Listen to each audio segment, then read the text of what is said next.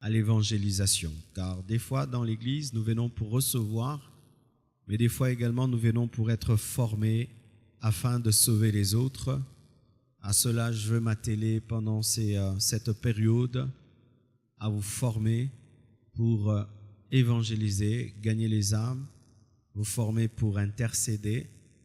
Et même, je donnerai une formation sur comment chasser les démons. Amen. Car je crois que chasser les démons n'est pas l'apanage que des prédicateurs ou des intercesseurs. Tout chrétien à l'Église doit savoir chasser un démon. Et quand je parle de chasser les démons, ce n'est pas dans cette manière de chasser les démons où nous prions seulement spirituellement sans avoir un contact ou une opposition claire devant nous. C'est lorsque vraiment quelqu'un a un démon en lui et tu dois prier jusqu'à sa délivrance, où tu es seul et tout d'un coup quelqu'un a une manifestation démoniaque. Comment tu peux faire?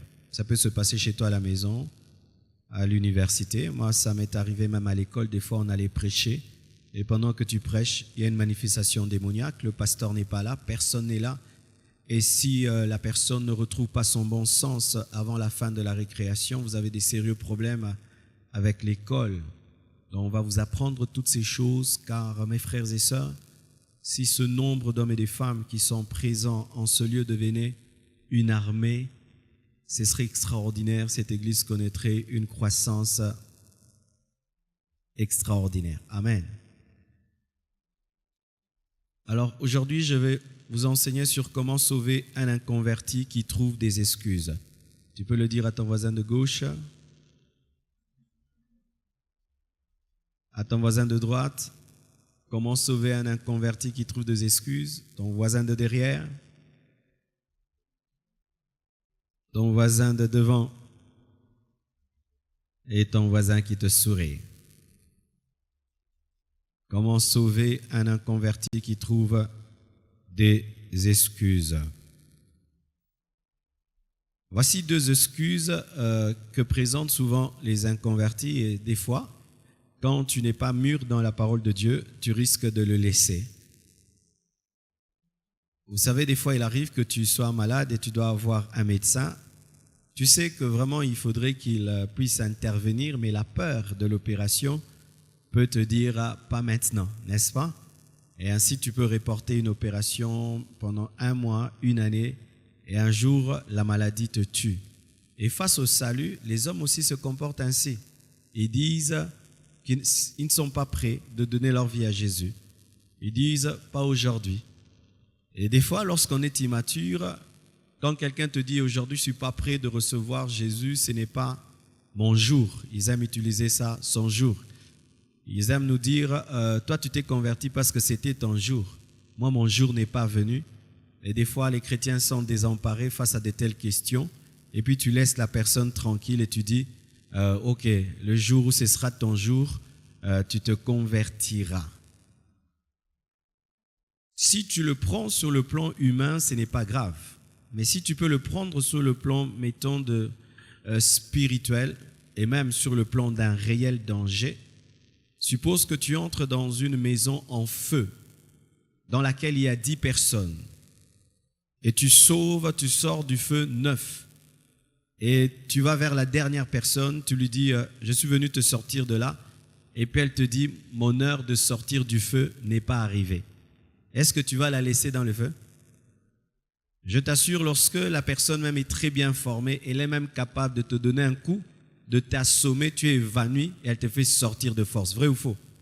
C'est pourquoi même dans la Bible, au sujet de l'évangélisation, il y a un terme qui est utilisé, contraignez-les. Dis contraignez-les. C'est-à-dire obligez-les. Amen. Hein? Un gagneur d'âme, lorsqu'il se tient devant un païen, je peux avoir plus de volume? Lorsqu'il se tient devant un païen, le païen doit sentir que face à lui, il y a quelqu'un qui est prêt à l'obliger même à se convertir. Amen. Hein? Mais si le païen sent que il suffit seulement qu'il dise non pendant quelques minutes et puis tu lâches prise, sache que tu ne seras pas un gagneur d'âme efficace. C'est pourquoi vous remarquez les témoins de Jéhovah.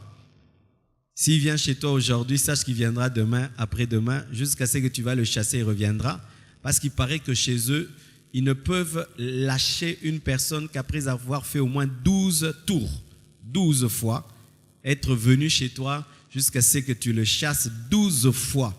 C'est alors que le témoin de Jéhovah peut aller ailleurs parce qu'ils doivent contraindre les gens à se convertir. Pas aujourd'hui. Aujourd'hui, ce n'est pas mon jour. Aujourd'hui, je ne suis pas convaincu. Ce que tu as dit est vrai, mais mon temps n'est pas encore arrivé. Je ne sens rien. Certains même païens désirent des signes. Et là même, avant d'entrer dans le vif du sujet, lorsque même tu lui partageras les contours de ta conversion, évite de faire de ton témoignage une doctrine de peur que le païen ne présume qu'il doit vivre ce que tu as vécu pour se convertir. Voyez, moi, je me suis converti par une apparition de Jésus. Et lorsque je témoigne ça à un païen, du coup, il veut aussi que Jésus lui apparaisse pour se convertir. Alors, je dois toujours ajouter, mais toi, il se peut que Jésus ne t'apparaîtra jamais parce qu'il y a des chrétiens qui, jusqu'à leur mort, ne verront jamais Jésus. Ils ne le verront que le jour de l'enlèvement. Vous le savez? Ah oui? Il y a des chrétiens, jusqu'à leur mort, tu peux jeûner, prier, Jésus ne t'apparaîtra jamais. Tu es déçu? Dis, la Bible me suffit. Oui, la Bible te suffit, bien-aimé. Tu n'as pas besoin d'une apparition de Jésus-Christ pour croire en la Bible. Alors, lorsque je témoignerai à un païen disant que j'étais allé prendre ma douche et quand je suis sorti, j'ai eu une apparition de Jésus-Christ, alors directement le païen dira « Ah, pasteur, tu vois, tu étais tellement mauvais que Jésus t'est apparu pour que tu te convertisses. Moi aussi, il doit m'apparaître pour que je croie. » Il faut lui dire, ça c'est ma grâce, mon appel, ma destinée, mais toi, Jésus t'est apparu au travers de moi. Amen. Hein? Que dire à une personne qui te dit, pas aujourd'hui? Voici les versets. Ces derniers temps, on vous donne des versets. Amen. Hein? On a même allumé les lampes pour que vous puissiez écrire, d'accord? Écrivez les versets. Quand quelqu'un te dit « pas aujourd'hui », ce n'est pas mon jour, quel verset tu peux lui donner? Je vais vous donner 5 ou 6 versets que vous pouvez donner à de telles personnes. Josué 24, verset 15. Josué 24, verset 15. Je vais vous lire cela. D'ici là, on va mettre des écrans géants ici. Quand je lis comme ça apparaît sur un écran. Vous le croyez? C'est rien, ça se vend en Chine. Josué 24, verset 15. La Bible dit ceci. « Et si vous ne trouvez pas bon de servir l'Éternel, choisissez aujourd'hui. » Est-ce qu'on a dit demain? Choisissez aujourd'hui qui vous voulez servir ou les dieux que servaient vos pères au-delà du fleuve ou les dieux des Amoréens dans le pays desquels vous habitez. Moi et ma maison, nous servirons l'Éternel. Lorsque Josué demande à Israël de choisir entre l'Éternel et les dieux des Amoréens, il ne dit pas demain, il leur dit aujourd'hui. Lorsque tu prêches à quelqu'un l'évangile, il doit sentir que c'est aujourd'hui. Amen. Hein? Il ne doit pas sentir que tu es venu prêcher un peu, tu reviendras demain. Parce que tu peux lui prêcher un peu et tu dis que tu reviendras demain, il meurt. Amen. Hein? Alors quand tu as un païen face à toi, il faudrait que tu puisses intérioriser ceci. Il se peut que cet homme puisse mourir cette nuit. Je suis la dernière bouée de sauvetage de l'Éternel dans la vie de cet homme. Et tu vas voir, ta détermination va changer. Ne prêchez pas comme si vous attendez à ce que les gens se convertissent quand ils voudront, demain, après-demain, dans un mois. Josué a dit, aujourd'hui choisissez. Et là, il n'a pas parlé à une personne, il n'a pas parlé à 2 personnes, il a parlé à des millions de personnes demandant à toute une foule de donner maintenant une réponse aujourd'hui. C'est pourquoi même, toi qui as un appel d'évangéliste, le jour où Dieu va t'élever et que tu commences à tenir de croisade, même si tu auras 3 jours de croisade, à chaque jour de croisade, tu dois prêcher comme si c'était le dernier jour de croisade. Amen. Hein?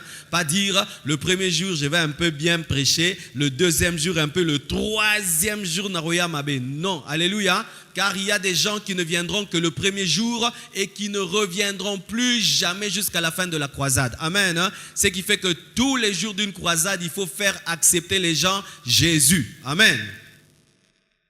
Et si Dieu te fait grâce d'aller dans une nation, aie le courage de demander à toute une nation aujourd'hui de se mettre en ordre avec Dieu. Pas demain, aujourd'hui. Un autre passage qui le confirme. 1 Roi 18, verset 21.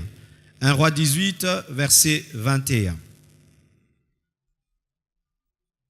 La Bible dit, alors Élie s'approcha de tout le peuple et dit, jusqu'à quand clocherez-vous des deux côtés? Si l'Éternel est Dieu, allez auprès de lui. Si c'est Baal, allez après lui. Le peuple ne lui répondit rien. Amen. Lorsque Élie était au-devant de Baal et d'Astarté, ses prophètes, et qu'il avait fait, avant qu'il ne fasse ce défi du mont Carmel, qui a amené l'Éternel à envoyer le feu sur son autel, il avait demandé à Israël de cesser d'aller de deux côtés et de choisir maintenant. Amen. Hein? Maintenant, si Baal est l'Éternel, allez. Si c'est l'Éternel, maintenant, venez vers lui. Amen. La personne devant laquelle tu te tiens quand tu prêches doit sentir qu'elle doit décider maintenant. Il ne faut jamais, quand tu prêches, tu laisses quelqu'un dans le flou. Amen. Tu peux commencer dans le flou si tu as un style d'introduction flou. Mais à la fin, tu dois ouvrir. Amen. On ne commence pas une prédication dans le flou, on la développe dans le flou et on la conclut dans le flou. De sorte que celui à qui tu prêches te demande, tu voulais dire quoi? Amen. À la fin, tu dois lui dire de choisir clairement. Tu te trouves devant un mondain, au début, quand tu lui prêches, il dit, tu vois, moi j'aime un peu la musique du monde, mais je viens aussi à l'église. Alors au début, tu peux l'écouter, mais à la fin, tu dois l'amener à abandonner la musique du monde. Amen. Tu trouves quelqu'un, il est impudique au départ, tu l'écoutes, mais à la fin, tu dois lui dire de choisir.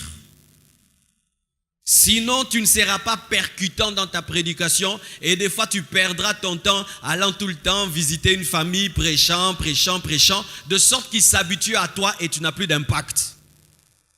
Ayez des prédications claires. Amen. Élie leur dit, jusqu'à quand vous allez clocher entre Dieu et Baal? Donc, il leur précise que vous devez choisir entre les démons ou entre l'Éternel. Jusqu'à quand? Ils montrent le problème qu'ils avaient, c'est qu'ils étaient dans la compromission, ils étaient dans la duplicité, dans la dualité, ils étaient en train de suivre deux choses au même moment et ils ne devaient choisir que l'Éternel.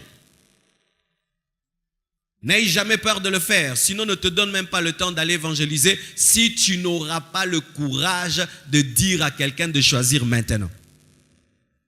Mardi, quand on ira faire le porte-à-porte, vous devez dire aux gens de choisir maintenant.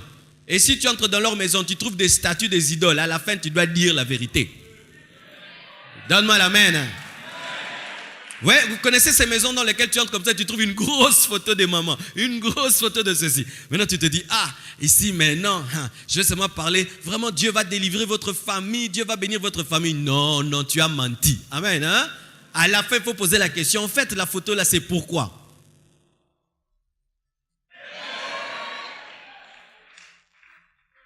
Non, tu ne vas pas t'en occuper, tu vas faire semblant. Tu as déjà vu un médecin, il ouvre ton ventre, il cherchant, mettons, une maladie d'appendicite. Mais pendant qu'il est en train de traiter l'appendice, il se rend compte que ton foie est malade. Il va fermer? Non, il va s'occuper du foie. Maintenant, toi, tu es entré dans une maison, tu pensais qu'elle était normale, tu trouves des choses, tu vas faire semblant? Non, tu dois poser la question, le foie est malade. Béni soit Dieu, si on va te tabasser, te chasser, tu étais un bon gagneur d'âme, tu as dit la vérité. Amen. Amen. Tu vas là-bas, une grosse photo d'un grand prophète là. Pose la question, pourquoi ce prophète est là? Non, notre prophète là, nous le prions, nous l'invoquons, tout. Ok. Mais moi, j'aimerais vous dire que Jésus-Christ est plus que lui. Tu dois avoir ce courage-là. Sinon, tu n'as pas prêché. Qui ira avec nous mardi? Frères et sœurs, imaginez qu'Élie soit là devant Israël et il sait qu'Israël a un problème avec Baal et Astarté mais n'en parle pas. Est-ce qu'il était un prophète? Il n'a pas été un prophète. Il savait que le problème d'Israël c'était quoi? Ils étaient en train de clocher entre Baal et l'Éternel. C'est-à-dire le matin Baal, la nuit l'Éternel. L'Éternel le matin et le soir Baal. Il leur a dit, vous devez choisir quand? Maintenant. C'est-à-dire que tu dois même te préparer. D'entrer dans la maison d'un féticheur, tu sors avec ses fétiches, tu le brûles au même moment. Quand tu rencontres un occultiste et tu lui prêches l'évangile, tu dois lui demander d'abandonner l'occultisme maintenant. Amen. De te donner les fétiches, tu les brûles maintenant, pas demain. Pourquoi? Parce que les démons entendent quand tu lui prêches l'évangile et savent qu'ils devaient décider, et certains démons tuent quelqu'un avant qu'il se convertisse, surtout pour les occultistes de haut niveau. Quand tu prêches l'évangile à un occultiste de haut niveau, les démons qui sont en lui entendent et peuvent l'amener à une incrédulité et à te dire « Oh mon frère, j'ai bien entendu, mais aujourd'hui je ne suis pas prêt, reviens demain. » Et la nuit dort, on le tue. C'est toi qui l'as tué. Tu n'as pas fini le travail. Amen. Oui, pendant que tu lui prêches, tu vois, il a une chaînette occulte. Pose-lui la question, mon frère, cette chaînette-là, c'est quoi? Non, non, cette chaînette, on m'a donné dans notre loge. Ok, pourquoi tu es dans cette loge? Pour la protection et tout. Mon Jésus peut te protéger. Oh, c'est vrai? Ok, tu le crois? Donne-moi la chaînette. Et n'aie pas peur aussi de prendre la chaînette. Donne-moi un amen. N'aie pas peur de prendre la chaînette. Et s'il te dit qu'il a un serpent sous son lit, tu vas chercher ce serpent sous le lit. Oui? Quoi? Que lui-même puisse le chercher? Tu vas me chercher moi? Non? Je ne vais pas entrer dans toutes les maisons de la 2e rue. Chacun fera le travail dans la maison qu'il trouvera.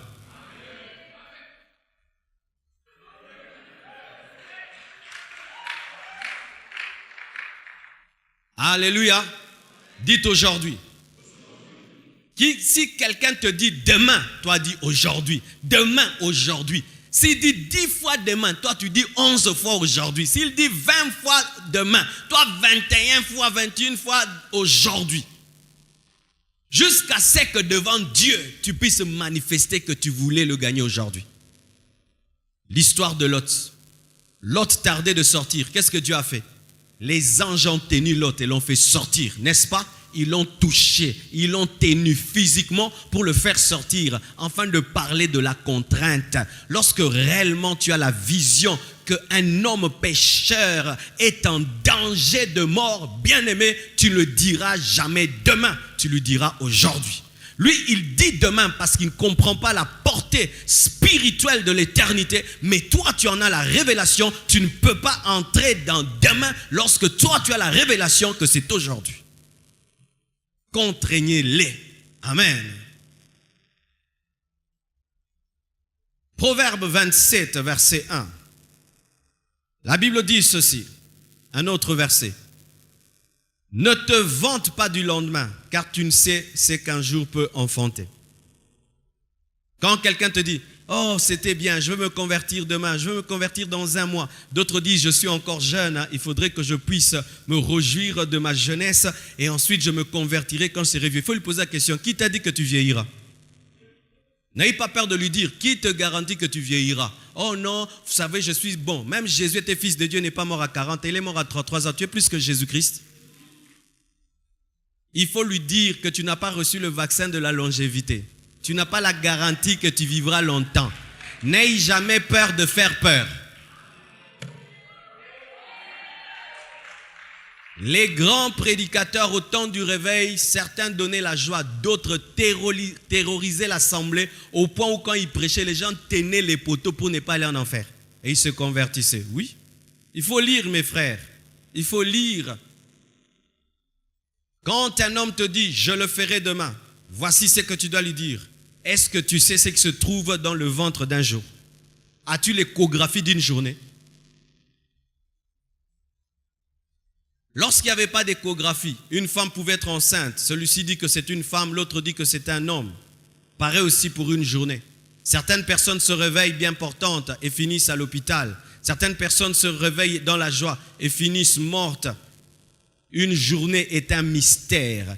Lorsque quelqu'un te dit « je me convertirai demain », il faut lui expliquer à quel point demain est un mystère rempli de points d'interrogation.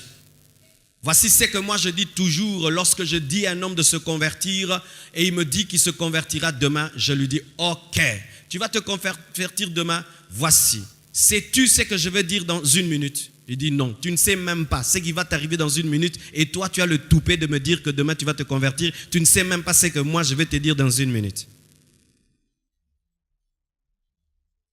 Tu sais ce que je vais dire maintenant?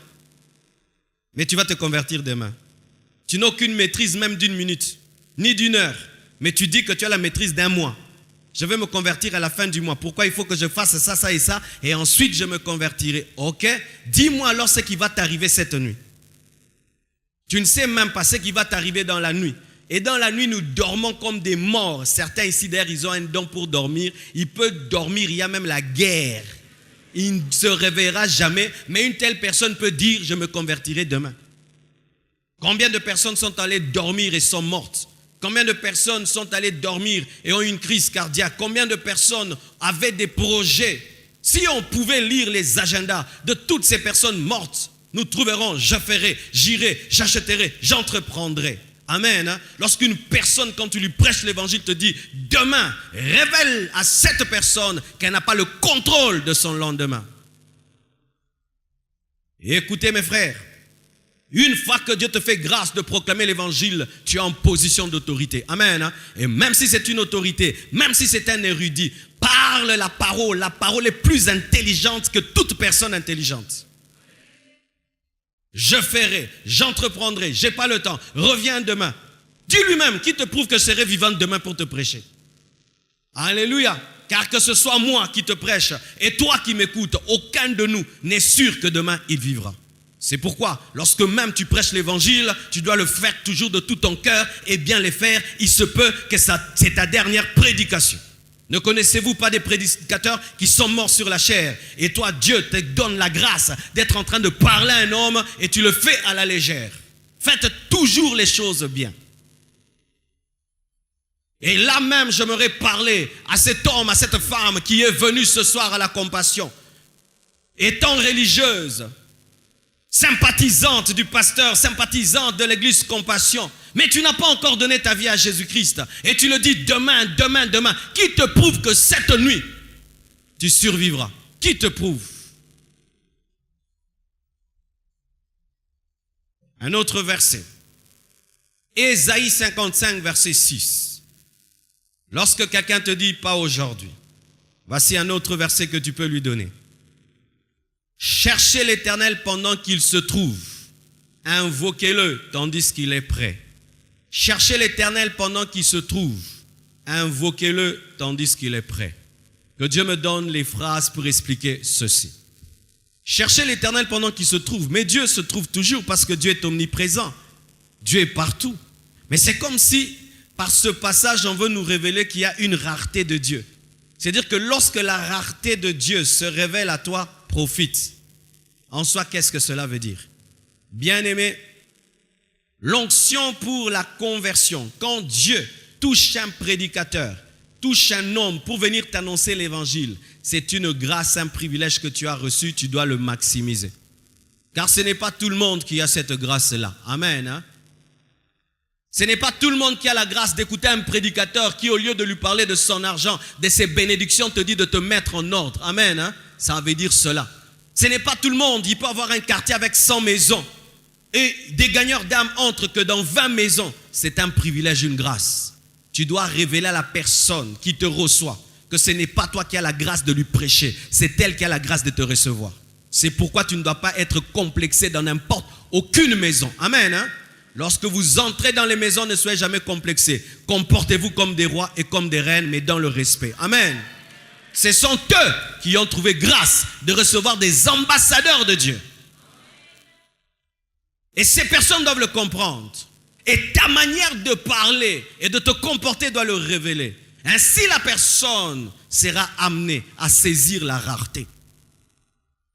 Une personne qui comprend que le cadeau de l'évangile, le cadeau de la grâce est le plus grand cadeau du monde, saisira directement.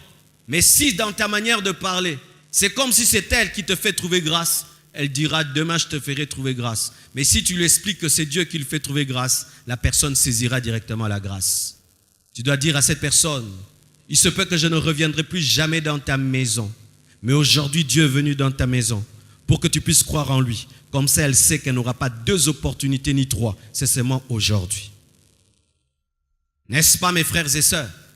Qu'une seule fois dans ta vie, tu as eu à rencontrer certains hommes de Dieu. N'est-ce pas qu'une fois seulement dans ta vie, tu as pu entendre la voix de Dieu d'une certaine manière? Il en est de même. Lorsque tu es en train d'annoncer l'évangile à une personne, il faut lui montrer que c'est un événement exceptionnel qui vient de lui arriver pour qu'elle ne puisse pas mépriser ce privilège. Amen. C'est pourquoi ta manière de présenter les choses déterminera sa réponse ou pas. Présentez-vous comme des personnes porteuses d'une chose particulière, unique, la chose la plus grande sur la terre. Amen. Imagine, mon frère, ma soeur, que Dieu me convainc de t'apporter $1 milliard. Je viendrai comment? Je serai très fier, n'est-ce pas? Qu'est-ce qui fera que je sois très fier? À cause du cadeau que je dois t'apporter. Maintenant, tu as plus qu'1 milliard à porter dans cette maison. Alléluia. Coco, tu toques. Coco. Oui, bonjour. Comment vous allez? Nous allons bien. Est-ce que je peux vous apporter l'évangile? Amen. Hein? Pas dire, tokoki koko ta. Et tu t'habilles bien. Amen. Frère, habillez-vous bien. N'allez pas avec des djembélé. Amen. Hein? Porte une belle chaussure. Amen. Hein? Un beau pantalon. Ma soeur, tu t'habilles bien classe. Plus que quand tu vas chercher un travail. Amen. Hein? Tu t'habilles bien. Tu frappes à la porte. Tu as bien brossé tes dents. Amen.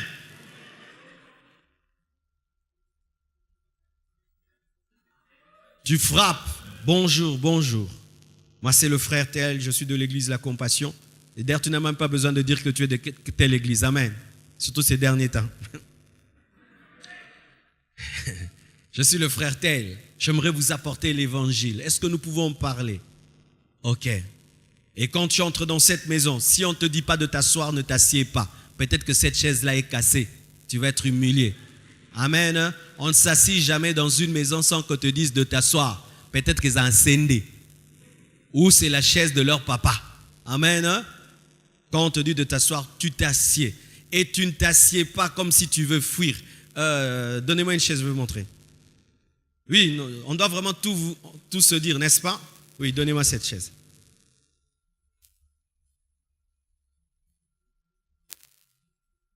Tu es ambassadeur. Dis à ton voisin, tu es ambassadeur.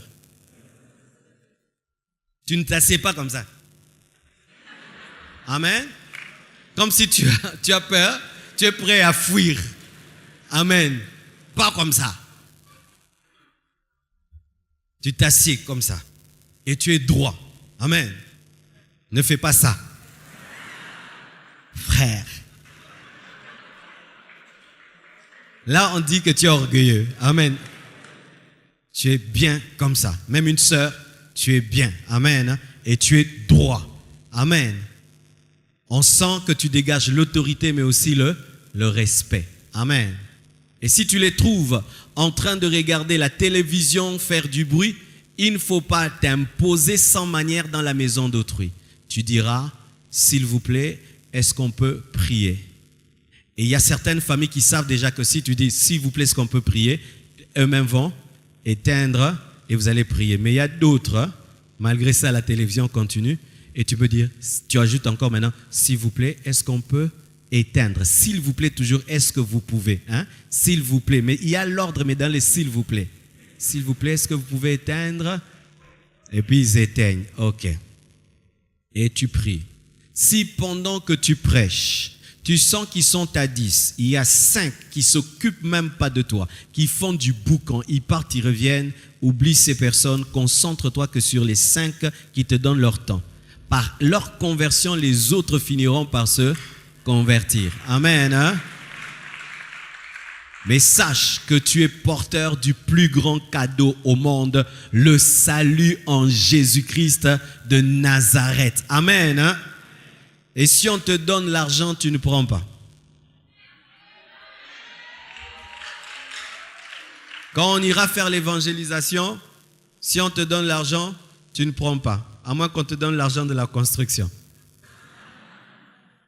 Si on te dit, on a appris que votre église est en train de construire, ok. Mais si on te dit, frère, prends c'est ton transport, refuse. Amen. Hein? Que ce soit dans le bus, que ce soit dans le marché, ne prenez pas l'argent de transport. Amen. Hein? Et va déjà avec ton argent de transport. Amen. Et ne buvez pas. Ne mangez pas. Tu peux boire, tu dors.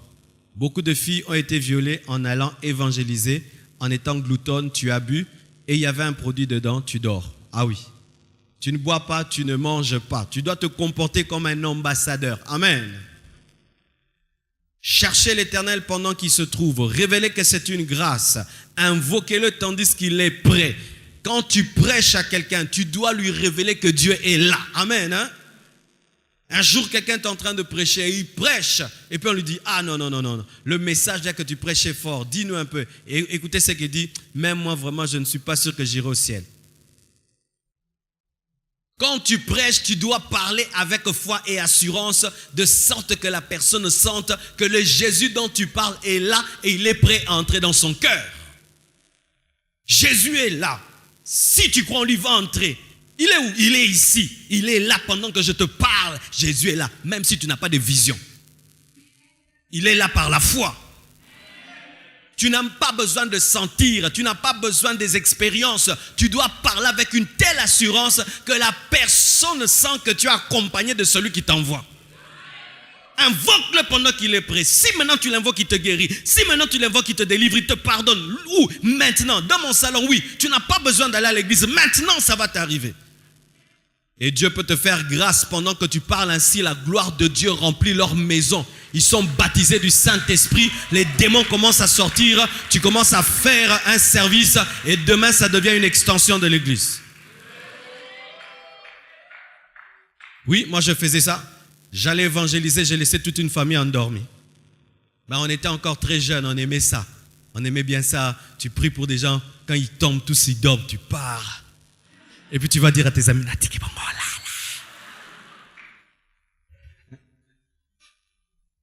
ne faites pas ça chez vous. Amen. Mais j'étais conscient, quand j'étais jeune, que la gloire de Dieu n'était pas qu'à l'église. Il y a des gens qui n'opèrent dans la puissance qu'à l'église. Une fois que tu l'amènes dans une maison, Dieu n'est pas avec lui. Mes frères, d'ailleurs, c'est dans les maisons que l'onction opère plus qu'à l'église. Alors quand tu feras une prière, qu'on sente que tu es un ami de Dieu. Tu ne dois pas prier comme si Dieu est loin. Père, agis dans cette maison. Moi, il faut me dire.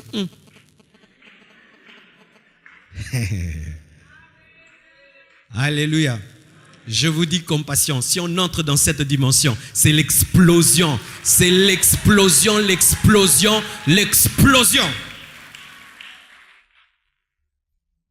Un autre verset pour terminer au sujet de ceux qui donnent cette raison, pas aujourd'hui.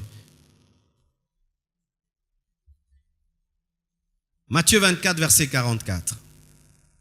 Matthieu 24, verset 44, la Bible dit ceci. C'est pourquoi vous aussi, tenez-vous prêts, car le Fils de l'homme viendra à l'heure où vous n'y penserez pas.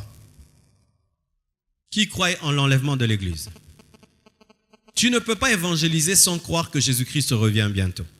De plus en plus, avec la modernisation, nous avons des chrétiens qui ne croient pas en l'enlèvement de l'Église. Ils pensent que c'est une fable, ce sont des mythes, des racontars, des prédicateurs. Bien-aimés, il y a un grand événement qui s'approche, le retour de Jésus. Et Jésus viendra comme un voleur dans la nuit sans prévenir, et seuls les rachetés entendront le son de la trompette.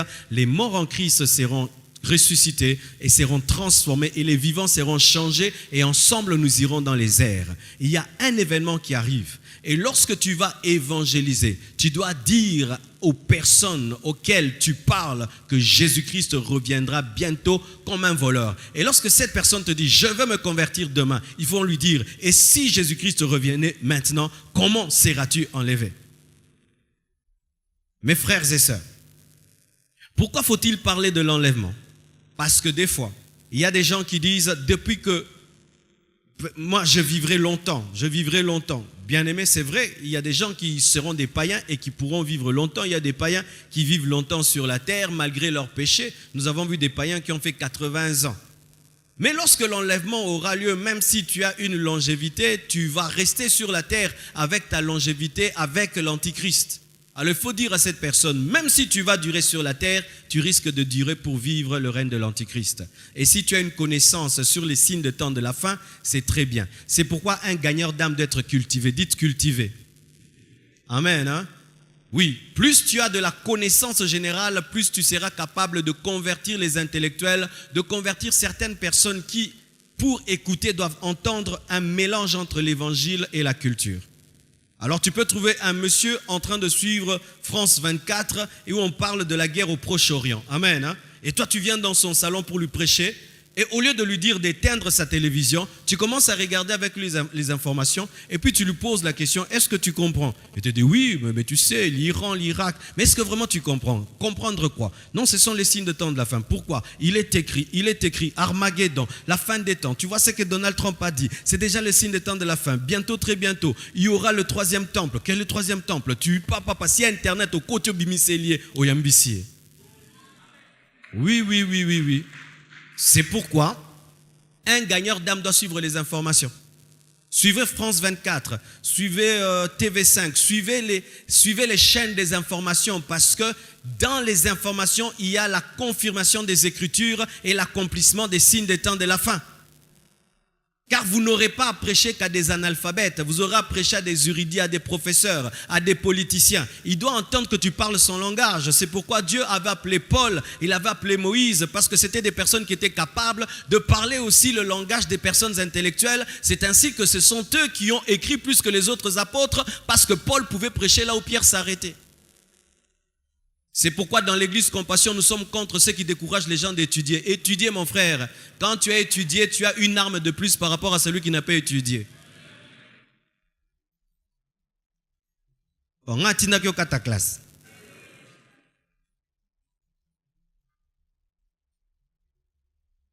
Oui, il faut étudier. Amen. Hein? Étudier t'aidera à prêcher l'évangile à toute personne, dans tout milieu. Amen. Hein? Tu as ton lingala et tu as le reste. N'aie pas que ton lingala. Amen. Hein? Et je vous dis, si tu es très humble à l'église Compassion, même si tu n'as pas pris le français, tu connaîtras le français. Moi, j'ai des amis qui n'ont pas étudié, mais qui parlent bien français, le français du Louis II. Amen. Hein? Ouais. Il y a aussi le français du Louis II et le français de Larousse. Si déjà tu maîtrises le français du Louis II, ça te va déjà.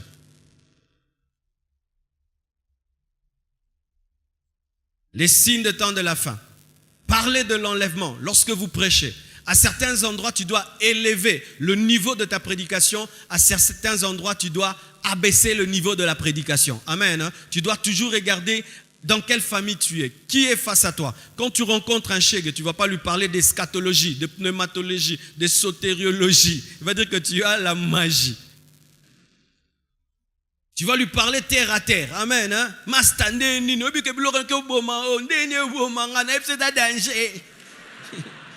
Ah, Pasteur Timba. Fukamananu, Fukama, Tombola Mabora, Tomboli, Yamba. Mais à une autre personne, ah oui, Paul dit avec le juif, je suis juif, avec le grec, je suis grec. Je fais tout pour l'évangile. Parce qu'il y a certains gagneurs d'âme qui sont toujours standards. Ils restent les mêmes. Non, quand tu entres dans une maison, tu dois t'adapter à la maison. Amen. Hein? Et si tu sens qu'ils ne connaissent pas le français, ne parlent pas français, parlent le lingala. Amen. Hein? Ok, qu'on l'accent français, t'es nanda rabatu. Ouais.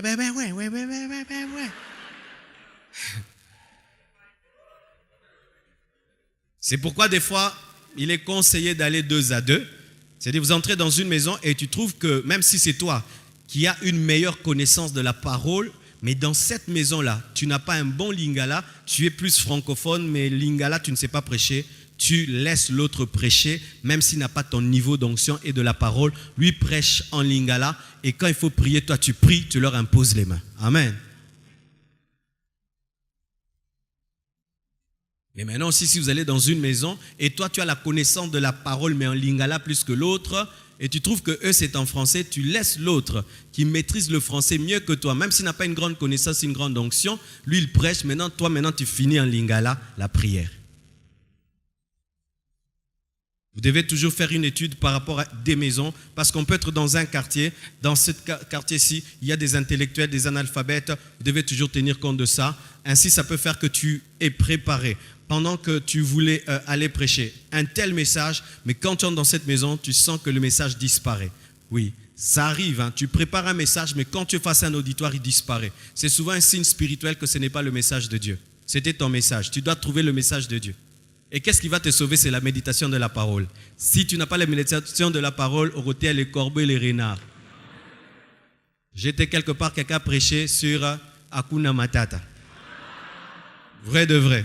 Maté ici, à l'ouki dessin animé.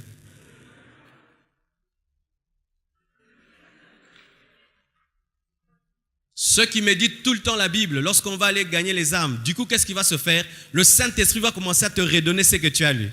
C'est ce qu'il fait. Oh, acclamons le Saint-Esprit. Oh, Rabashaya. Le Saint-Esprit ne te donnera jamais un verset que tu n'as jamais lu. Même s'il te le donne, tu ne sauras pas où c'est. Voici comment ça se passe. Quand tu médites la parole et que tu retiens la parole, tu as maintenant des versets dans ton dépôt. Ton dépôt se remplit. Ton dépôt se remplit, se remplit, se remplit. Alors quand... Donne-toi tout entier à elle, afin que tes progrès soient évidents pour tous. 1 Thessaloniciens 5, 23, que le Dieu de paix vous sanctifie lui-même tout entier, ça revient 2 fois, et que tout votre être, l'esprit, l'âme et le corps soient conservés irrépréhensibles lors de l'avènement de notre Seigneur Jésus-Christ. Acclamons la parole du Seigneur.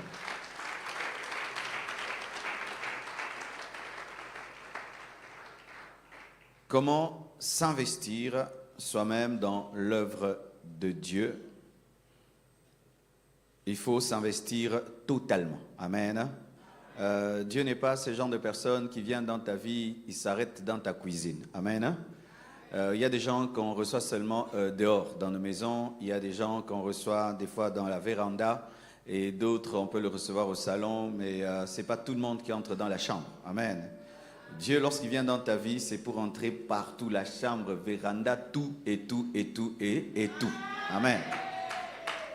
Si Dieu n'est pas le Seigneur de tout, il n'est Seigneur du tout. Je répète, hein. Dieu, si tu ne lui donnes pas tout, il ne prend rien. Je répète, Dieu, si tu ne lui donnes pas tout, il ne prend rien. Je répète encore, Dieu, si tu ne lui donnes pas tout, il ne prend rien. La plupart d'entre nous, nous pensons que lorsque nous venons auprès de Dieu, c'est à nous de choisir, je donne ça à Dieu et tout. Non, Dieu veut le 100%, tu lui donnes, et puis maintenant, lui t'es choisi dans les 100%, c'est qui reste à toi. Alléluia, c'est ça la vérité. La vérité, ce n'est pas que toi, tu as des choses que tu donnes à Dieu, non. Non, c'est tu prends tout, tu donnes à Dieu maintenant dans ce que tu lui as donné, lui choisit ce qui te laisse. Amen, hein? Je répète encore, avec Dieu, ce n'est pas que ce sont tes choses à toi et dans les choses que tu as, tu choisis ce que tu donnes à Dieu. Non, tout est à Dieu. Maintenant, Dieu choisit ce qui te laisse parce que tout est à lui. Parce que Dieu ne nous donne rien, Dieu nous prête.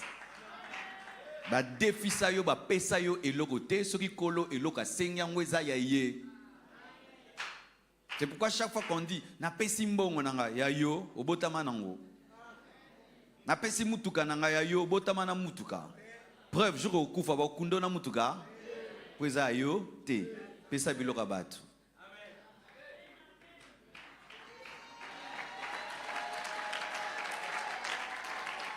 Comment pouvez-vous expliquer la mort d'Ananias et de Saphira? Biloko na bango moko ba bomi bango. Te zaki biloka batu ba pesa kite yango ba boma ibon. Lorsqu'ils ont vendu la parcelle, ils ont cru que c'était leur parcelle.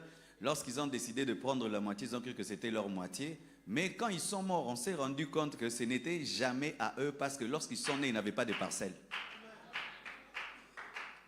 C'est pourquoi chaque fois que Dieu te demande, il ne te demande pas, il te dit de gérer ce qui est à lui parce que tu n'as rien, c'est lui le boss, toi tu es le gérant. Ici, il n'y a aucun patron. Même si on t'appelle patron au travail, tu n'es pas patron devant Dieu, tu es gérant. Alléluia les gérants. Alléluia les gérants. Alléluia les gérants. Tu es patron pour tes travailleurs devant Dieu, tu es un gérant. Et si tu intériorises cela, tout entier sera à Dieu. Amen. Alors, mes frères et sœurs, j'ai remarqué ceci, que jamais l'approche d'un homme n'est donnée à Dieu si son cœur n'est pas donné à Dieu. C'est pourquoi des fois on vous force, donner, te force à rabino bo pesa po bo mi pese pa nzambe te. Il faut d'abord muto mi pese pa nzambe po pesa nzambe. Ce qui mote me bongoli mote mate liboko pe komara mupagano pe poche zalara mupagano. poche na yo eza mu pagan po motema na yo eza mu pagan. Le plus grand travail de Dieu dans ta vie, ce n'est pas te pousser à donner, mais c'est prendre ton cœur. Car la machine et le moteur de ta vie, c'est ton cœur. Et si ton cœur est donné, alors tu donneras. Parce que la plupart d'entre vous, vous ne donnez pas à Dieu parce que vous êtes des païens. Des païens qui viennent à l'église. Des païens ecclésiastiques. La plupart, ce sont, vous êtes des païens ecclésiastiques. Comment quelqu'un peut être chrétien, il aime l'argent? Comment quelqu'un peut être chrétien, il est égoïste? Comment quelqu'un peut être chrétien, il pense du mal sur les hommes de Dieu? Comment quelqu'un peut être chrétien, il ne peut pas remarquer que l'église devient sale pendant que sa maison est belle? Comment quelqu'un peut être chrétien, il ne se rend pas compte qu'il y a tout est sale à l'église, sa maison est belle? C'est parce que tu es un païen ecclésiastique. Un païen qu'on appelle frère, un païen qu'on appelle frère ou prédicateur, mais tu es païen. C'est pourquoi le plus grand travail de Dieu dans ta vie, ce n'est pas prendre ton argent, c'est prendre ton cœur. Car si le cœur est à Dieu, l'argent directement est à Dieu, tous tes biens sont à Dieu. C'est pourquoi il nous est demandé de gagner les âmes avant de gagner les poches. Car lorsque les âmes sont gagnées, les poches automatiquement sont gagnées. Le jour que tu te convertiras, on n'aura même pas besoin d'enseigner sur le donner, tu donneras. Le jour qu'un homme aime une femme, vous avez besoin de le dire Kabela est.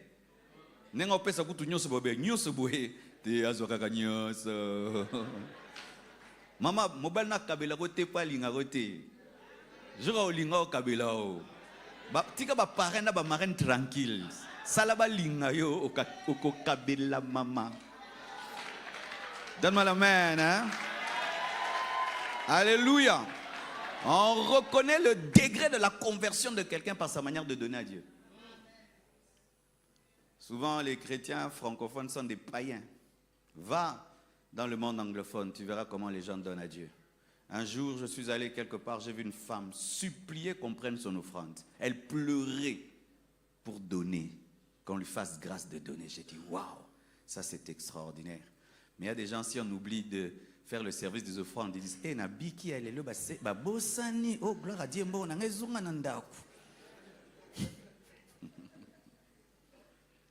t'en fais pas, je ne vais pas faire d'appel de fonds.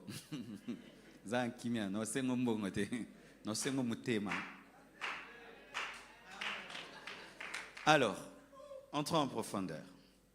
Lorsque Paul parle à son fils Timothée, il lui demande une chose, de se donner tout entier aux choses qu'il a apprises, tout entier, aux choses qu'il connaissait, tout entier, à ce que Dieu avait déposé en lui, afin que ses projets, ses progrès soient évidents pour tous. Comment s'investir dans l'œuvre de Dieu? Il faut être total. Amen. Hein? Il faut être total. Et lorsque je parle de s'investir dans l'œuvre de Dieu, je ne parle pas seulement du donner, comme l'a dit l'homme de Dieu, mais dans tous les domaines.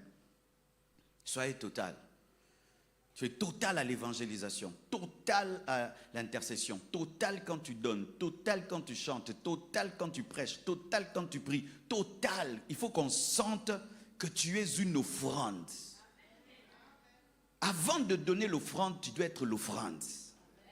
Et lorsqu'on devient l'offrande, toute la totalité est donnée à Dieu. Lorsqu'on offrait à Dieu un holocauste, tout était à lui. Jésus-Christ était crucifié, pas seulement une main, les deux pieds. Alléluia. Tout a été donné. Livrez-vous totalement. Arrêtez de donner à Dieu une partie de votre vie, le reste, vous laissez au diable. Alléluia. Tu donnes tes pieds à Dieu, mais tes mains sont dans le vol. Tu donnes tes pieds à Dieu, mais tes yeux sont dans le péché. Tu donnes une partie de ta vie, mais ta bouche vit dans le mensonge. Donnez-vous totalement à Dieu. Que tout en vous soit à Dieu et que tous les domaines de votre vie soient sous le règne de Dieu. Qu'il n'y ait pas un domaine privé dans ta vie, mais que tous les domaines soient sous la supervision de Dieu. Amen. Alléluia. Parce qu'il y a des gens, ça me kota na vie na ngai, mais ko kota mango tanga na ngate pour kuna na ko tricher. Des chrétiens tricheurs.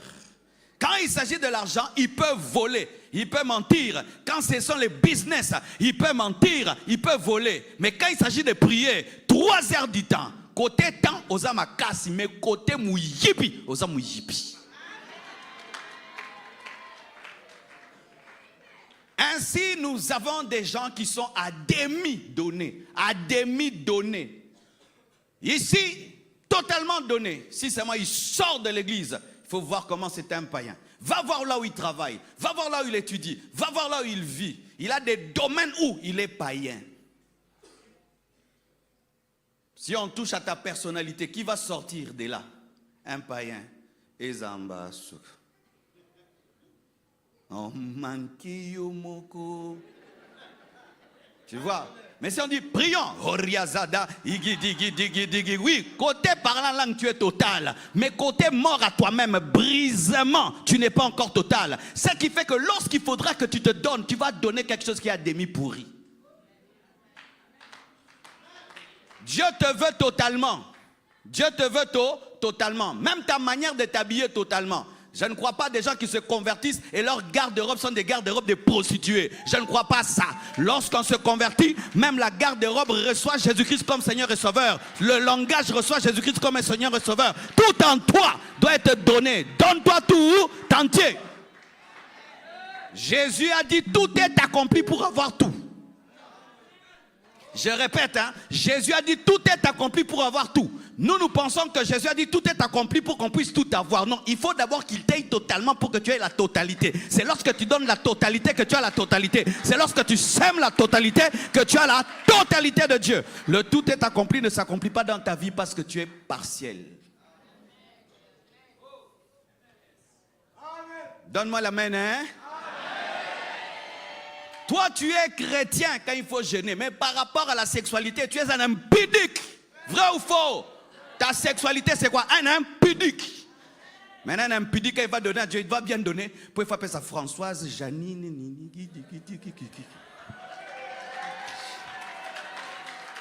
Bandumba, bakabela ranzambe bien te. Kindumba, déjà, au kabela moi, sinon, on n'est nini. Pour moi, nous a divisé na Kindumba.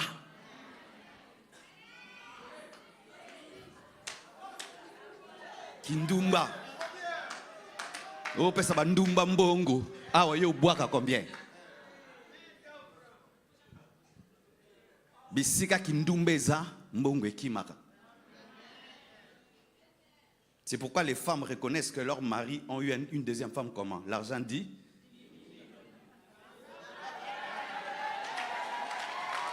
Donne-moi un amen. C'est seulement quand un homme se donne totalement que la totalité est donnée à Dieu. Parce que d'un côté, on nous présente Ananias et Saphira qui n'étaient pas totalement donnés et qui ont pu mentir au Saint-Esprit. Mais on nous présente aussi des hommes qui ont tout vendu sans qu'on ne demande et qui ont servi. Parce que d'abord, c'était la rencontre qui a donné l'offrande.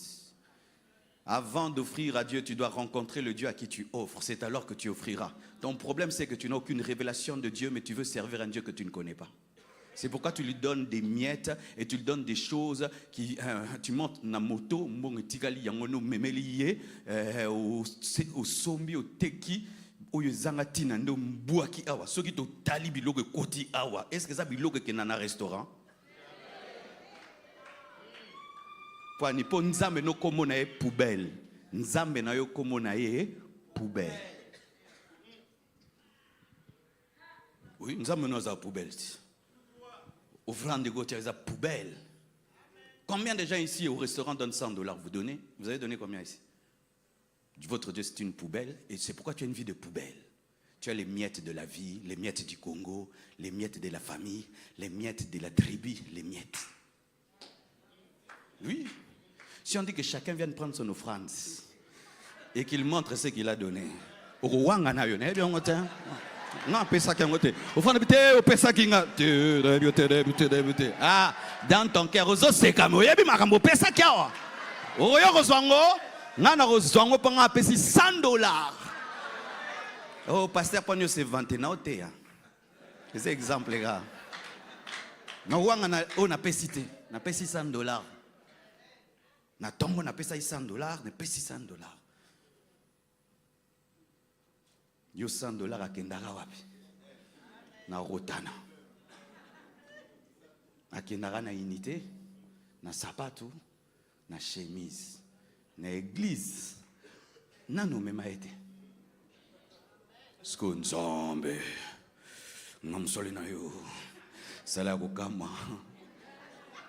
Okamo isa déjà yepo kamiso.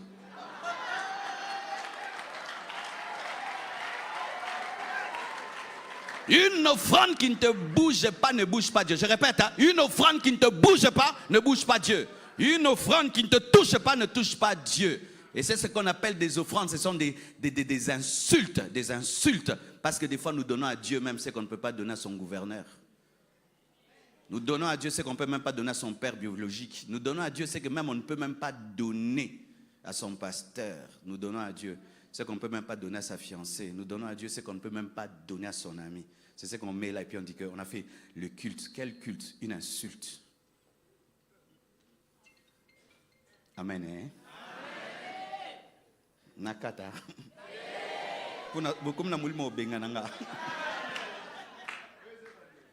Comment quelqu'un peut être un garçon pauvre? Il met là 500 francs. Toi, tu travailles, tu mets 500 francs. Est-ce que vos vies se valent?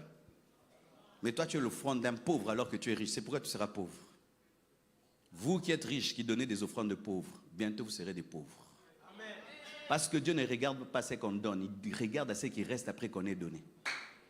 Dieu ne regarde pas. C'est pourquoi en matière d'offrande, il n'y a pas de compétition. Parce que Dieu ne regarde pas ce qui est donné, mais ce qui est resté. Quelqu'un peut donner 1000 francs. Il a donné plus que celui qui a donné 100 dollars. Parce que celui qui a donné 100 dollars, il a gardé des millions. Mais celui qui a donné 1 dollar, c'est tout ce qu'il avait. C'est pourquoi l'offrande de la veuve était plus considérée que l'offrande des riches, parce que c'est tout ce qu'elle avait.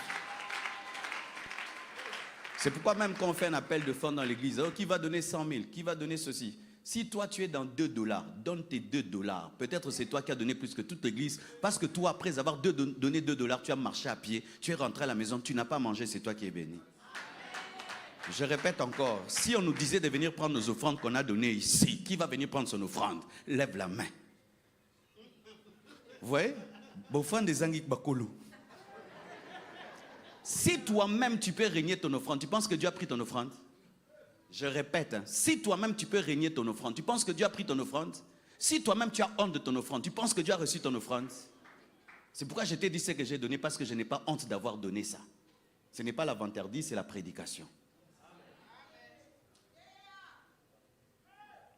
On va recommencer après cette prédication. Qui est d'accord qu'on recommence? Qui sent qu'il a besoin de seconde session, deuxième session, comme à l'université? Acclamez le Seigneur vous-même. Alors l'homme, j'ai aimé ce que l'homme de Dieu a dit, les TTT. Ah, ça c'est bien, ça je vais prendre ça, je vais prêcher ça quelque part un jour. Mais non, signaler que ça aille. Moté ya sola iba kakaka. Prédicateur iba kakaka matéya. Une fois que mutate yesa so yete, zwango. Beti yango côté moko boye. Obimeli yango danger. Alléluia. Là je vais vous parler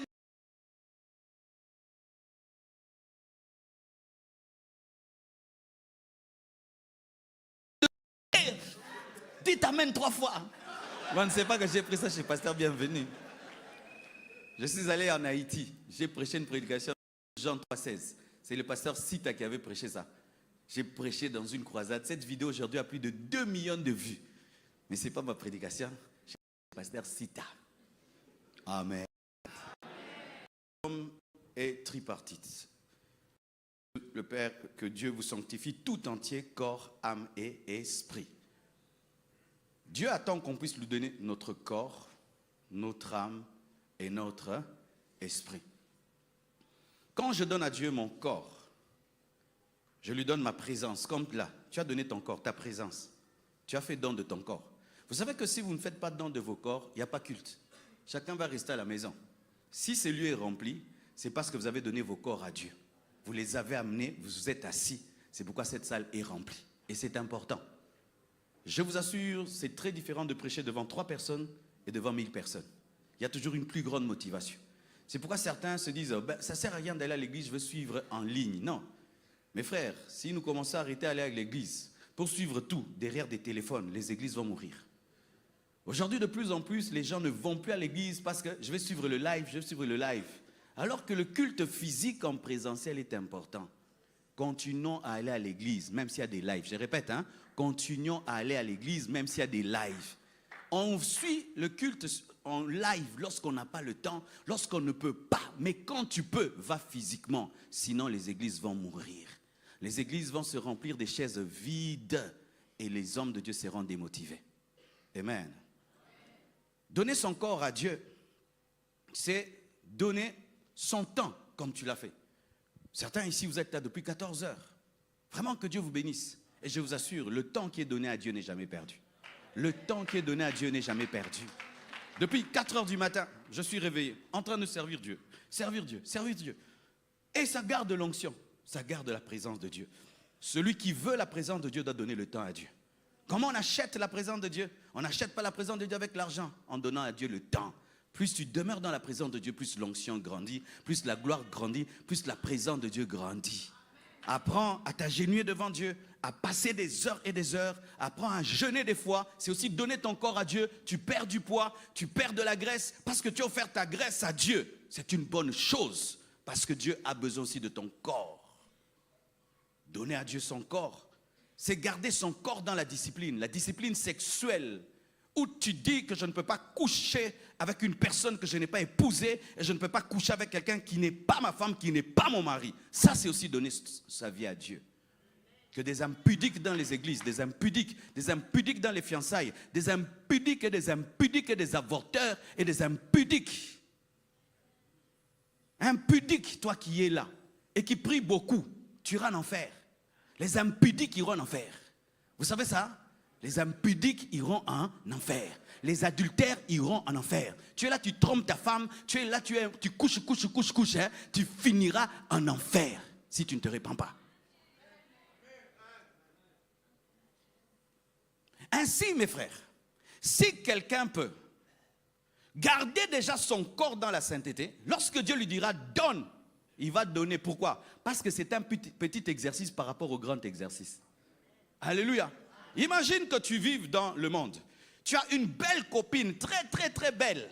Et puis tu te convertis, tu renonces à elle. Quand Dieu va te dire de renoncer à $50, tu vas le faire facilement parce que tu as déjà renoncé à une métisse. Aussi au bout, il y a métisse pour Jésus. Bon, moi, $50. Au cabier. Problème na yonde ozaka na kindumba malgré qu'en église, yango kabela kanzambe te pour pimer la réunion.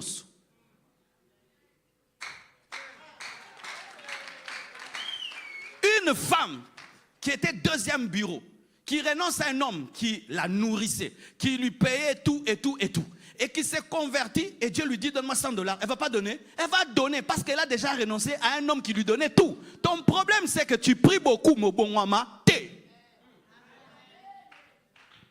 Tout le monde force, bo kaba, bo bon wama, boko kaba sans que ba senga.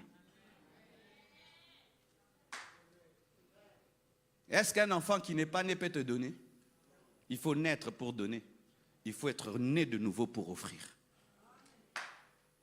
Le corps. L'âme, c'est donner à Dieu ton intelligence. Des fois, je suis très étonné dans les églises. Les gens très intelligents ne servent pas Dieu. Et ceux qui sont normaux servent trop Dieu. Normaux. Normaux. Oui, j'ai remarqué, les gens très intelligents à l'école, il a 10 sur 10, il a distingué, il est très capable. Vous ne voulez pas servir Dieu, mais vous êtes là tout le temps corriger nos Français. Mais il fallait qu'ils disent le, mais il fallait qu'ils disent là, mais non, mais ce n'est pas la conjugaison, mais c'est pas comme ça. Mais arrêtez de nous critiquer, viens servir Dieu avec ton intelligence. Dieu n'est pas que le Dieu de Pierre, il est aussi le Dieu de Paul. Il faut aussi des Paul, il faut aussi des Paul, il faut aussi des Paul, il faut aussi des Paul, il faut aussi des Paul, il faut aussi des Paul à l'église. Ah, donne-moi la main, hein? Mais j'ai remarqué aussi que les églises découragent les gens intelligents. Ce frère-là, il est trop logique, il aime trop compliquer son français. Non, il ne complique pas le français, c'est toi qui ne comprends pas son français. Monte des niveaux, tu comprendras son français. Toi, tout le temps, TikTok, il y a c'est comment il est que nous, l'Anda France 24, on a TV5. Mais oui. Nous avons besoin que les gens offrent leur âme à Dieu. Leur âme, c'est aussi son intelligence. C'est aussi ta connaissance, ta culture. Lorsque quelqu'un vient ici, il est bien éduqué. Ça embellit l'église. Bonjour frères et sœurs. Nous vous recevons dans la présence de Dieu. Et aujourd'hui, nous allons vivre des moments intenses dans la présence de Dieu. Et que chacun de vous puisse saluer son voisin. Tout d'un coup, tu te sens dans Air France. Et c'est l'église. Mais les gens dont mal éduqués, ce sont eux souvent qui passent ici. Boni oza suspect yo, ndeni ozobina te, oza suspect yo, yo oza suspect. Ba mal éduqué ne ba tonda liboso ba bien éduqué ba tika la kuna.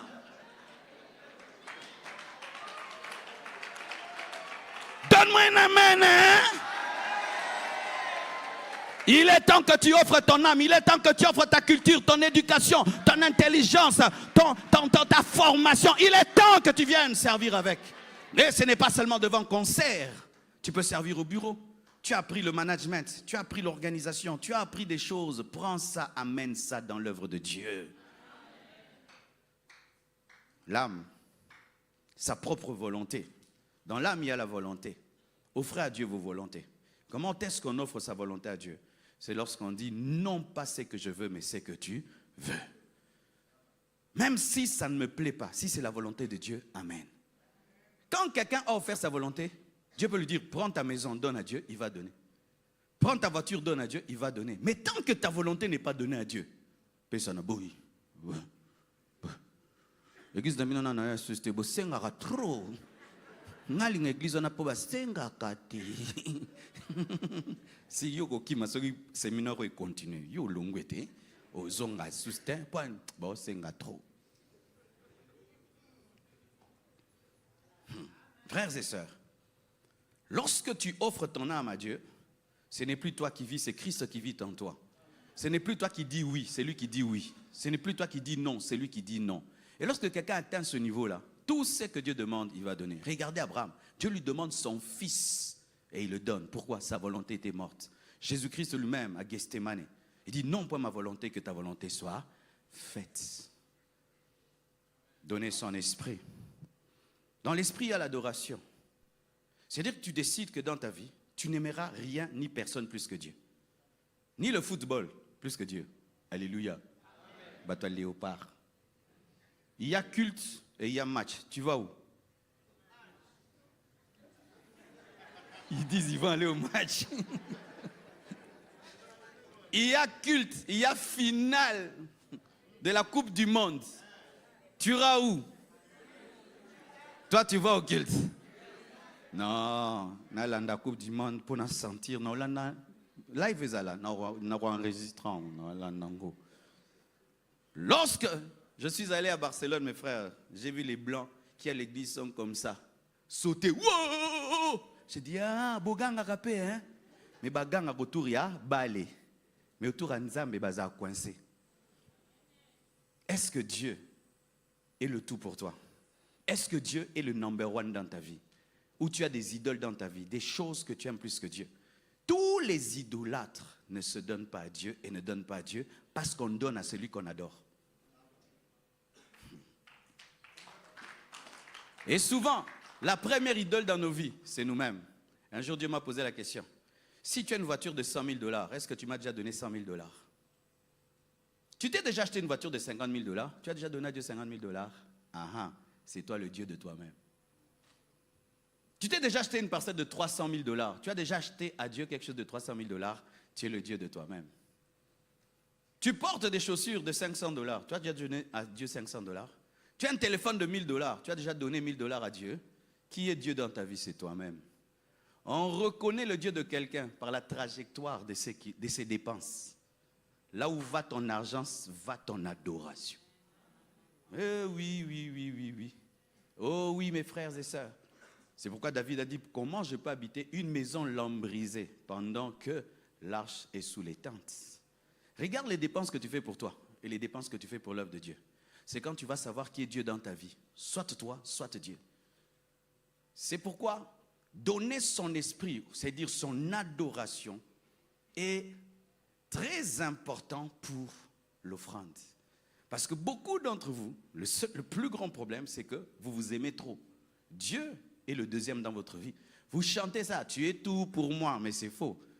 Tu es tout pour toi-même. Toi, tu ne te refuses rien, mais l'œuvre de Dieu, tu refuses l'œuvre de Dieu.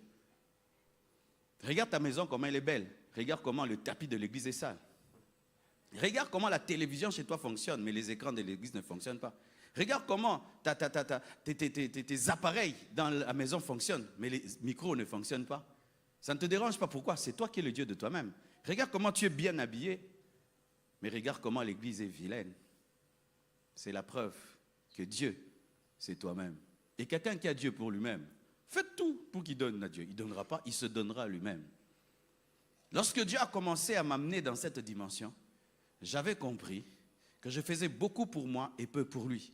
Et j'ai commencé à équilibrer maintenant. Quand je fais pour moi, je dois faire pour Dieu. Si je peux m'acheter une voiture de 50 000 $, je dois donner à Dieu 50 000 $. Ah oui. Car la voiture de 50 000 $ que tu achètes, elle restera. Mais ce que tu donnes à Dieu te précède dans l'éternité. Et ça, c'est ta vraie récompense. Le vrai problème des hommes, nous n'avons pas la révélation de l'éternité. Nous pensons que tout est sur la terre, alors que les choses terrestres préparent les choses célestes. Révèle-moi où va ton argent, je vais te dire qui tu adores. L'esprit, l'âme, le corps, l'esprit.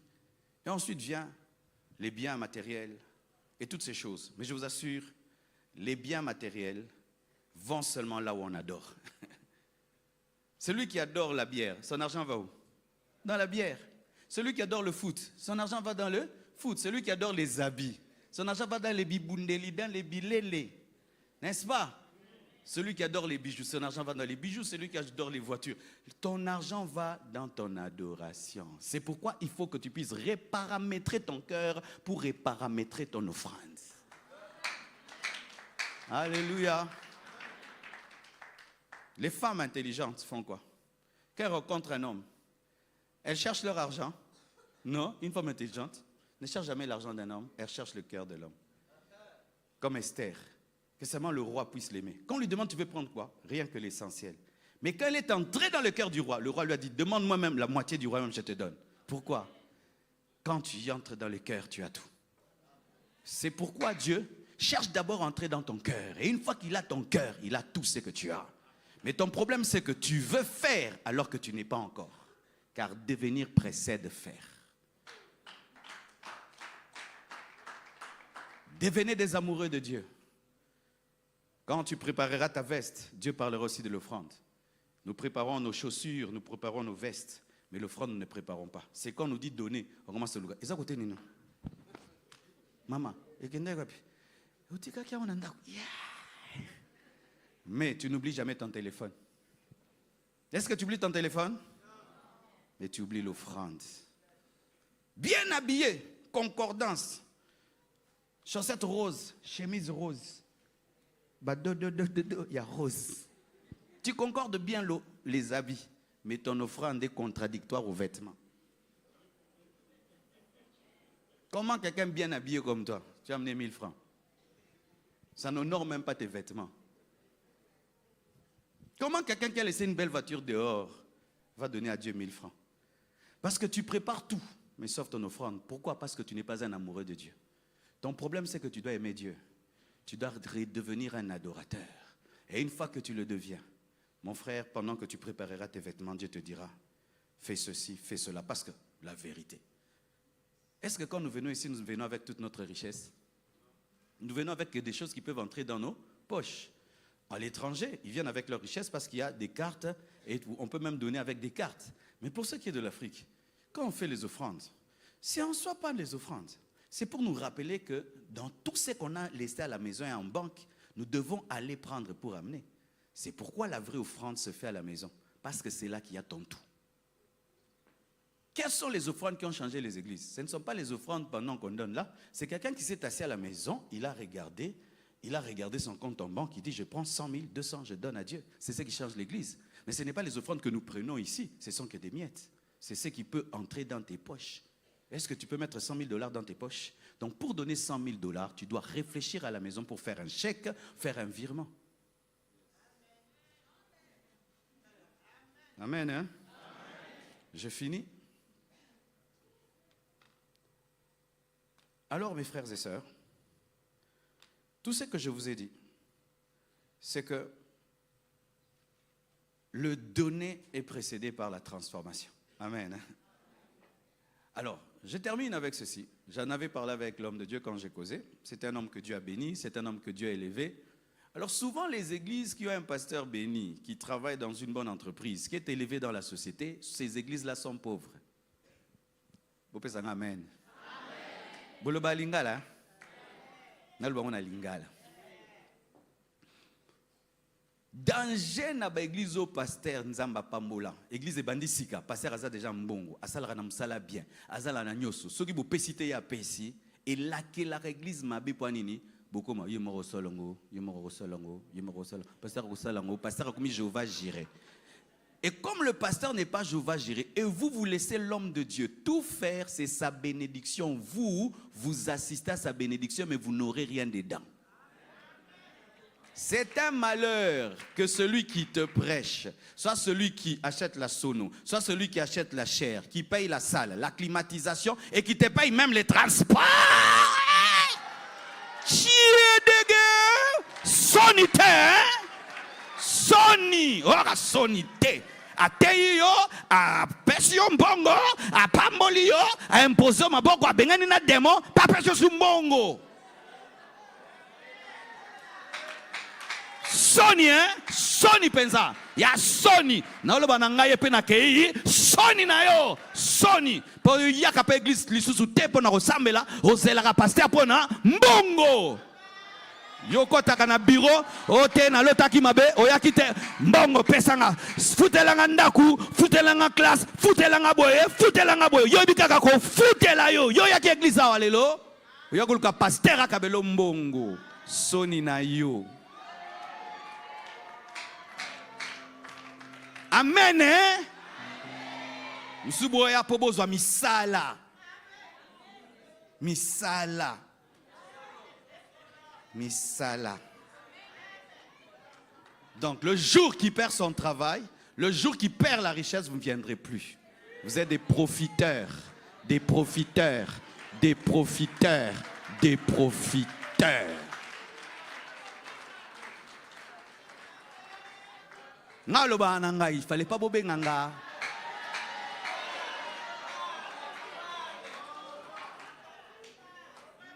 Je connais un pasteur, il était ministre pendant un temps. L'église s'est remplie.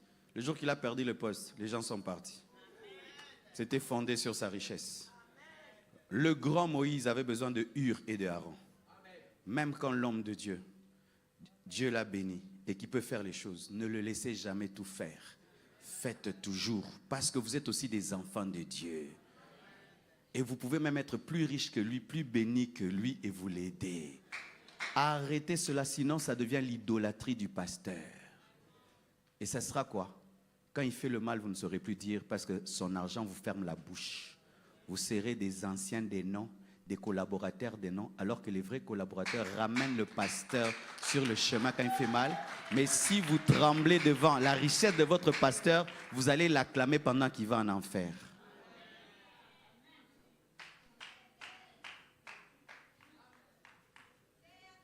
Une église ne doit jamais être bâtie sur la richesse du pasteur.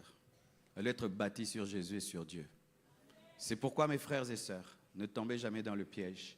Lorsqu'on est en train de demander, soit de construire, soit d'acheter quoi que ce soit, de dire même si on ne fait rien, il va finir par le faire. Oui, il finira par le faire, mais ce sera sa bénédiction, pas la vôtre. À bon entendeur, que Dieu vous bénisse.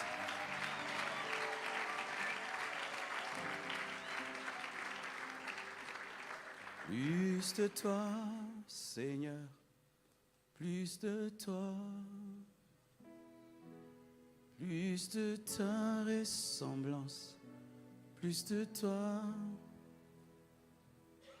plus de discernement de ta voix, de ta volonté, Seigneur, plus de toi. Plus de toi, Seigneur, plus de toi, plus de ta ressemblance, plus de toi, plus de discernement de ta voix, de ta volonté.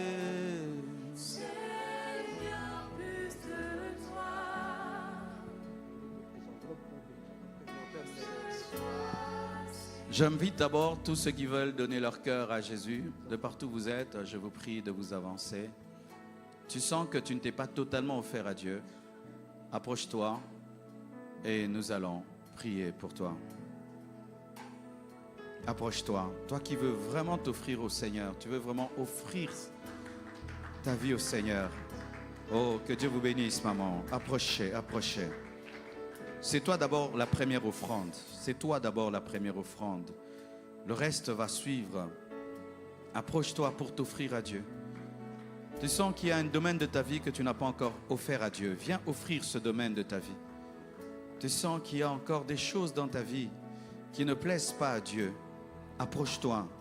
Viens te donner à lui. Viens te donner à Dieu. Tu sens qu'il y a des choses dans ta vie qui ont pris la place de Dieu. Viens devant. Tu sens que dans ta vie, qu'il y a des choses qui résistent à la parole. Viens devant, viens devant, viens devant, viens devant, viens devant.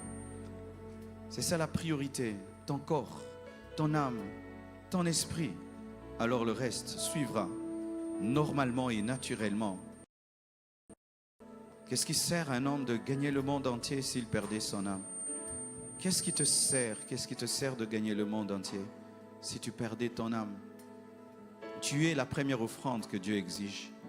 Tu es la première offrande que Dieu demande. Tu es la première offrande que Dieu attend. Alléluia. Nous allons nous agenouiller en signe d'humilité, de consécration. Prie avec moi, tu vas dire, Seigneur, je me donne à toi totalement. Je t'offre ma vie. Je t'offre mon corps, mon âme, mon esprit, tout ce que je suis et tout ce que j'ai. Je te demande de me changer, de me transformer totalement et pleinement pour ta seule gloire. Seigneur Jésus, pardonne ma rébellion, pardonne-moi l'idolâtrie, car je me suis aimé plus que toi. Aujourd'hui, deviens le Seigneur de mon cœur, de mon âme et de mon esprit. Au nom de Jésus. Amen. Acclamons le Seigneur. Gloire à Dieu. Je n'allais pas faire l'offrande, mais le pasteur m'a demandé de le faire. Donc, je vais le faire. Quand tu travailles sous l'autel d'un homme de Dieu, tu es sous son autorité. Alors, je vous demande de prendre des enveloppes. Nous allons les distribuer avec les serviteurs de Dieu. Et pratique la parole que je t'ai prêchée. Ne donne pas des miettes. Ne donne pas quelque chose qui ne te touche pas, qui ne te bouge pas. Ne donne pas quelque chose que tu sais que tu t'es débarrassé. Ne faites jamais cela. Car lorsque nous donnons les miettes à Dieu, eh bien, ce sont les miettes également que nous allons récolter. Nous récoltons selon la sémence que nous donnons. Et comme j'ai prêché, si tu sens que lorsque tu as donné l'offrande, ce n'était pas l'offrande, maintenant donne une vraie offrande. Et si même tu sens que là, tu ne peux pas donner quelque chose qui touche Dieu, il y a l'organisation de l'église, va contacter l'organisation de l'église et dis vraiment, voici ce que je vais donner, parce que sur place je n'avais rien, mais je donnerai davantage. Ils peuvent revenir quel autre jour? Oui. Ils peuvent revenir. Dimanche, c'est bon. Dimanche à l'église. Hein? Dimanche à l'église. Oui. Ok.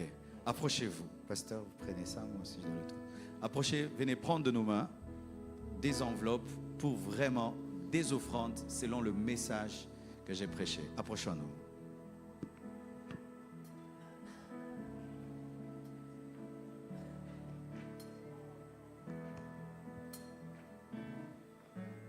Des larmes, son ombre couvrait mon visage, des cris.